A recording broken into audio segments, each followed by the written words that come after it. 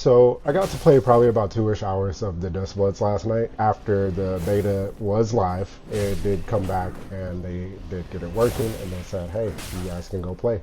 I know they had to cancel the beta earlier in the day, but it's not called the Dawnbloods, it's called the Duskbloods. So we played at the intended time, dusk. But I just wanted to hop on here real quick and go over some of my quick thoughts and impressions about what I think of the open or closed beta so far. So stay with me, folks. If you like what I do here on JT's Gaming Mayhem, please hit that thumbs up, subscribe to the channel, and do all that YouTube like stuff that you need to do. Anyways, so the Duskbloods has about 6 playable characters that you can choose from in the beta. I'm going to show you guys a couple of clips of some of the characters that I played as. It does start you out with Albert, which I guess is kind of being viewed as the main character of the Duskbloods so far, but there's a couple of other characters as well that are really unique in their own ways, because all of them have different weapon types and different stats. So one of my favorite characters that I got to play as is Bloodhand Jan, and that dude is freaking awesome. He has a metal helmet, like a tinfoil hat, and he's wearing pajamas. It's hilarious what some of these character designs are. Zork is another one. He is a guy in kind of just like a mech suit. He's very short and shaped like a triangle. It's amazing. And then there's a couple other characters. I can't remember their names at this moment, but I didn't get to play as a senator that turns into a T-Rex yet, because after I started playing as Bloodhand Jan, it was hard for me to want to go play as somebody else at that point because I was just having so much fun. But the premise of this game is it is PvE, and there's 4 rounds. So the 4 rounds have you kind of go in this mode where you explore, you gather items, kind of like if you played Kirby Air Riders and you play City Trial. It feels a lot like that in a way, except you are basically hunting the environment in a Monster Hunter like way.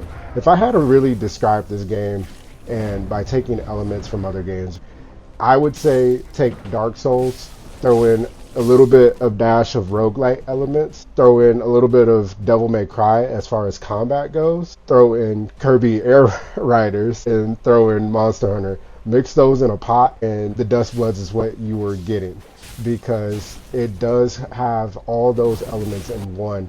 And it does it in a very unique way where I know Miyazaki wanted this to be kind of like a video game board game that is very complex and has a lot of systems and has a lot of things that you can go do in the world. So when you start off your matches, the game basically tells you, hey, go explore. Go find creatures to hunt. I can't remember the exact name of the creatures, but they are going to be in this video regardless. There was a giant frog that had a very large breast that you had to go kill.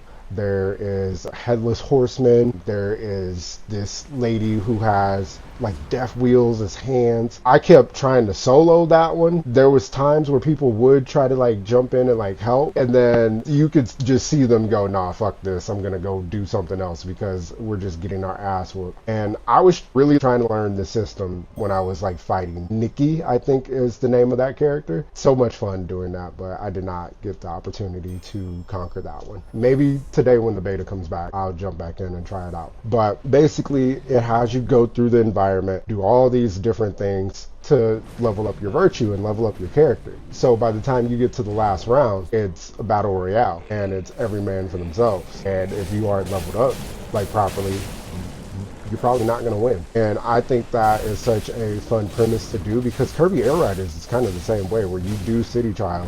It takes you through 3 different modes. The person who's usually the most leveled up at the end of City Trial is the one that's going to be the victor. And I think games like that are so unique and so cool, and there's just not necessarily like a big sense of progression. You are restarting every single time, and it's very roguelike in a way, because it's not necessarily you're restarting because you died, you're just restarting because the round's over. And I'm really excited to see where else they can take this type of game. I know the beta only gives us a very small dose of probably what's going to be in the final product, because they did say there's going to be 3 very large maps in the final game, and there's going to be 10 different characters. Now, there's other characters that you can summon as your kin, and when you summon them as your kin, they kind of just travel with you like Pokemon. I know, another game that just gets thrown into this big pot that's making the Duskbloods. But they travel with you, and basically they can help you fight a lot of these other creatures in the world and a lot of the bosses throughout this world as well. I really wonder if they're going to pull bosses from other FromSoft games like Elden Ring and maybe even like Sekiro. I'm not too big on a lot of FromSoft games. The only two that I've played are the Dark Souls Remastered and Sekiro, because Sekiro was pretty much, you throw a ninja in a game and I'm there. And I do wonder if that's going to be one of the classes that they put in this final release, because they only gave us 6 playable characters. They said there's going to be 10 in the game that's going to be shipped on store shelves whenever that comes out. Still slated for 2026, so fingers crossed there, because I'm even more curious and have even more questions after playing 2 hours, and I feel like those questions won't really get answered in the next round of the beta that goes live, probably here pretty soon actually. But I just feel like by the time we get to the final release, a lot of people are going to be left wondering, what is it I'm really doing? I'm having a ton of fun playing this game. I feel like I get it to an extent, but I want to know what's in that final product. I want to know what else we can do. Like, how else are these systems going to work?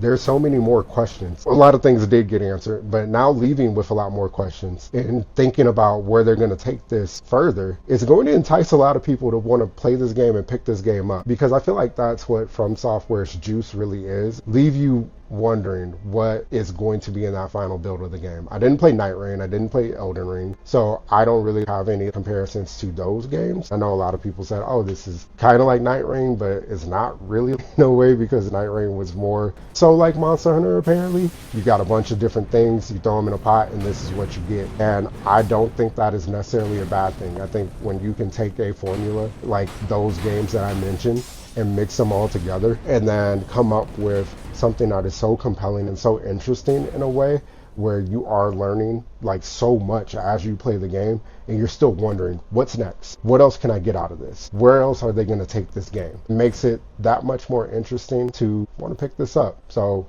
here's hoping that it does ship in 2026. There's already a ton of games to play. My backlog is screaming right now. I don't know how I'm going to get through everything in a timely fashion. I am going to be playing my 2026 catalog well into 2027. And that gives me a little bit of pain, but I digress. If you like what I do here on JT's Gaming Mayhem, I know I was kind of all over the place with my thoughts.